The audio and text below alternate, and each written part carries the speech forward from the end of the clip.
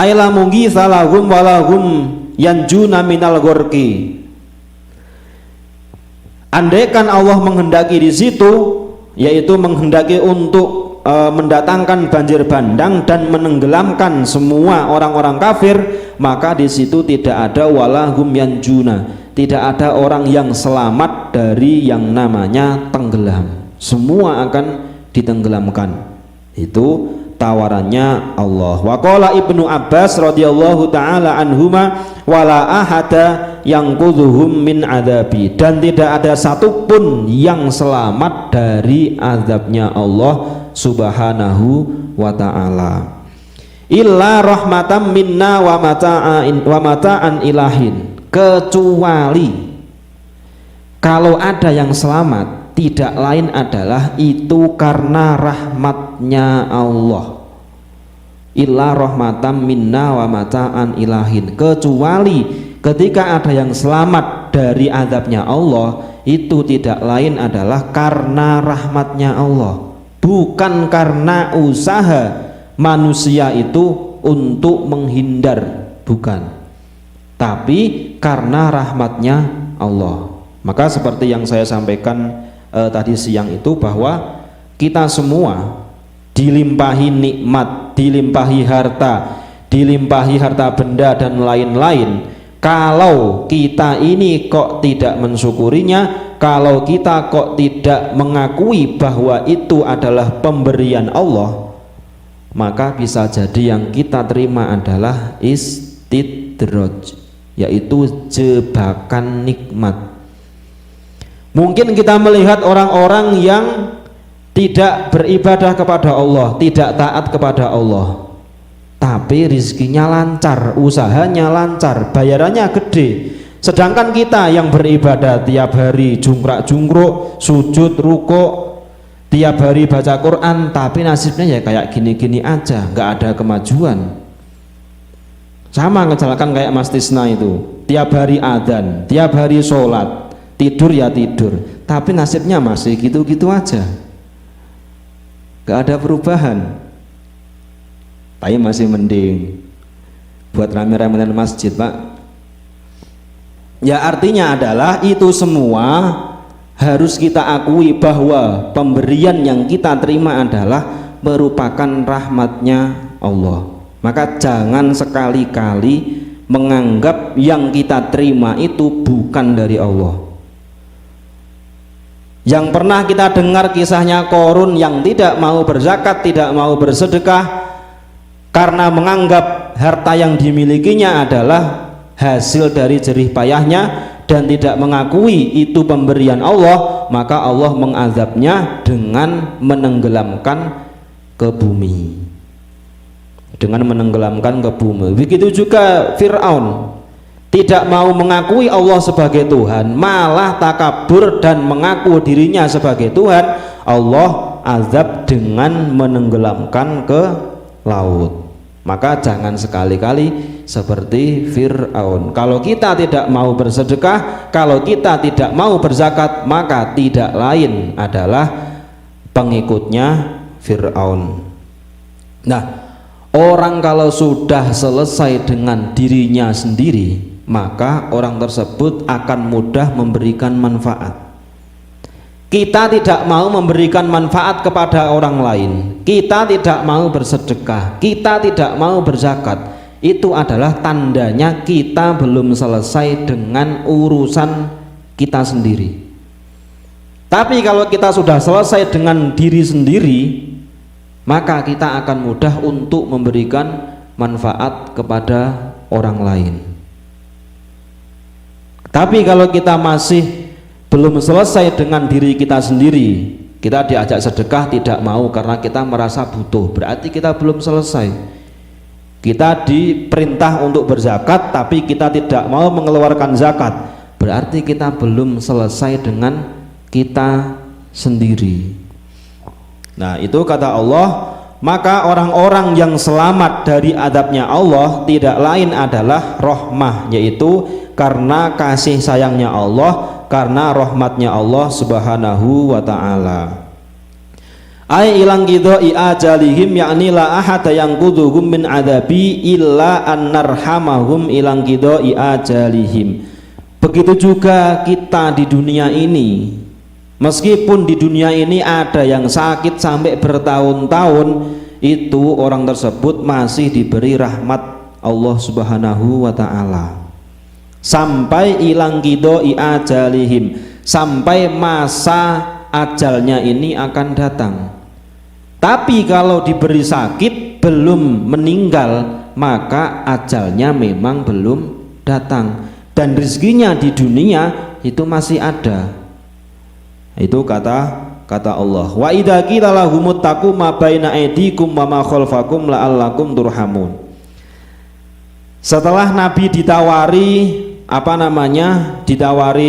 oleh malaikat Jibril bahwa kaum kafir akan dihabiskan, Nabi menolaknya.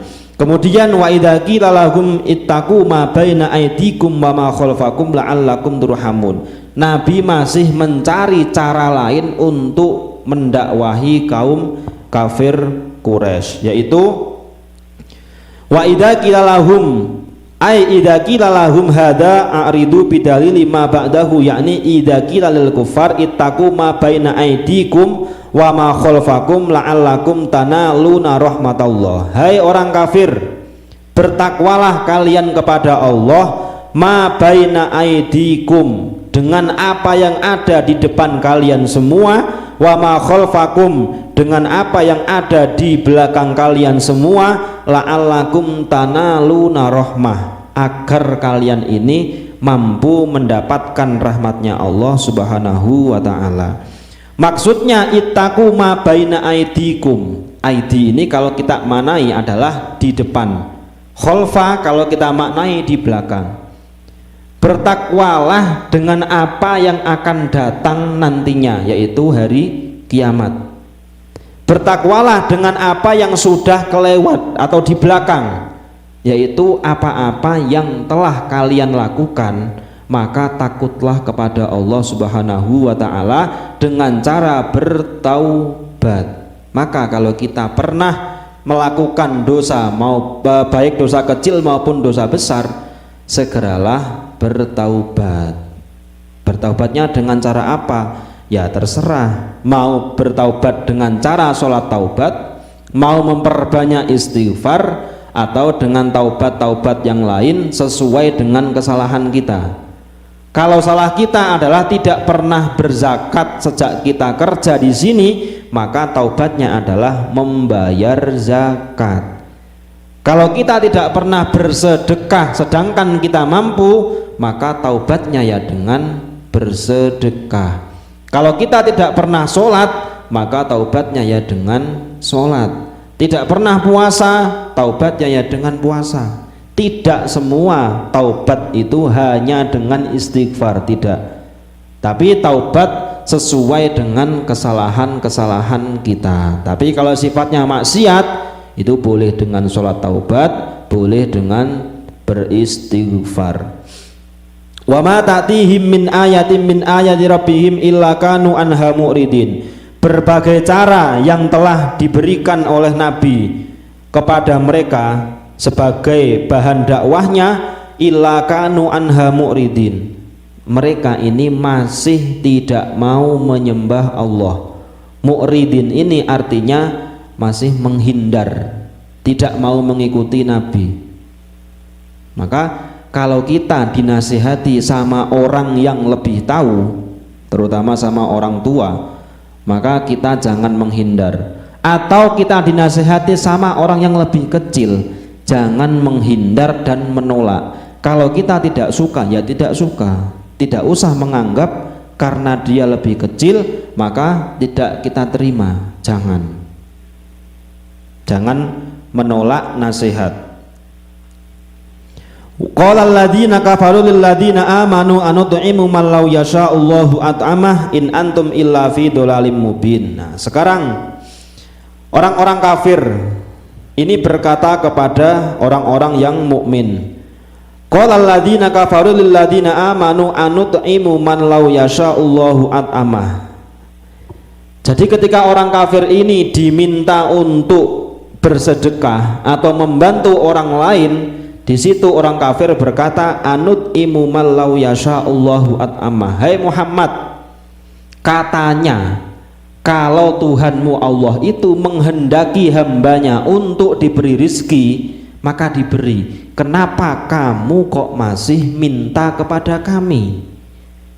Katanya Tuhanmu itu maha kaya, Tuhanmu maha pemberi, tapi kenapa engkau menyuruh kami untuk memberi atau membantu orang-orang fakir miskin? Nah, di situ kata-kata orang kafir. Maka in antum illa fi dhalalim mubin. Sungguh kamu semua adalah orang-orang yang tergolong dalam kesesatan yang sangat jelas. Jadi orang kafir ketika berkata kepada orang mukmin tadi, kepada Muhammad, maka orang kafir ini sesungguhnya adalah orang-orang yang dalam kesesatan.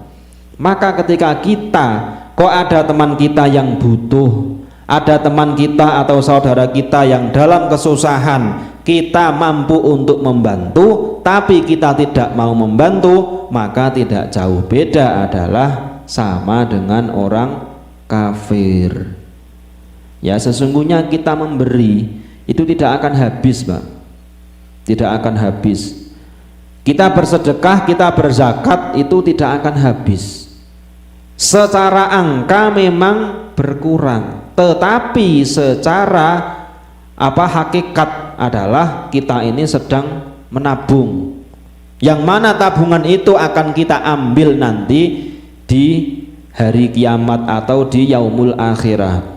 Di hari akhirat kita semua akan memetik kebaikan-kebaikan yang pernah kita tanam di dunia. Itulah makna dari qaulal ladzina kafaru lil ladzina amanu anut'imu mallau yasha'allahu at'amah in antum illa fi dhalalim mubin. Begitu juga jangan sampai dalam Quran disebutkan wa minhum man ahadallahu la in atana min fadlihi lanasaddaqanna wa lanakunanna minas sholihin. Kita kalau sekarang ini kok merasa orang fakir miskin, kalau kita merasa orang fakir miskin karena masih ada orang yang lebih kaya dari kita, maka jangan berdoa yang modelnya begini, ya Allah, andai engkau ini memberi rizki kepada kami sekian atau memberi rizki kepadaku berupa ini, maka aku akan bersedekah, aku akan menjadi orang soleh, aku akan membantu orang-orang fakir, aku akan membangun masjid dan seterusnya. Itu jangan. Kenapa? Karena di situ diteruskan dengan ayat falamma atahum min fadlihi bakhilu. Ketika Allah telah mengijabah, mengabulkan permintaan doanya, yaitu dengan memberikan anugerahnya, mereka ini bakhilu, mereka pelit. Wa tawallaw wa hum mu'ridun, dan mereka ini justru malah menghindar. Maka kalau dulu ada yang karyawan biasa non staff rajin ke masjid, setelah menjadi staff agak-agak berkurang, setelah naik level 1 tambah berkurang, naik level 2 sampai naik level atas tidak pernah ke masjid, yaitu adalah salah satu yang digambarkan dalam Al-Quran. Maka ketika kita doa, tidak usah doa dengan cara nanti saya akan begini, nanti saya akan begini, jauh, gak usah. Tapi kalau kita minta, ya mintalah dengan cara bahwa nanti ketika engkau mengabulkan atau memberikan kepadaku, maka semoga yang engkau berikan ini menambah keimananku, menambah ketakwaanku, menambah ibadahku, menambah istiqomah kepada engkau. Tapi jangan berdoa nanti saya akan menjadi orang soleh, nanti saya akan berzakat, akan bersedekah. Tidak usah begitu.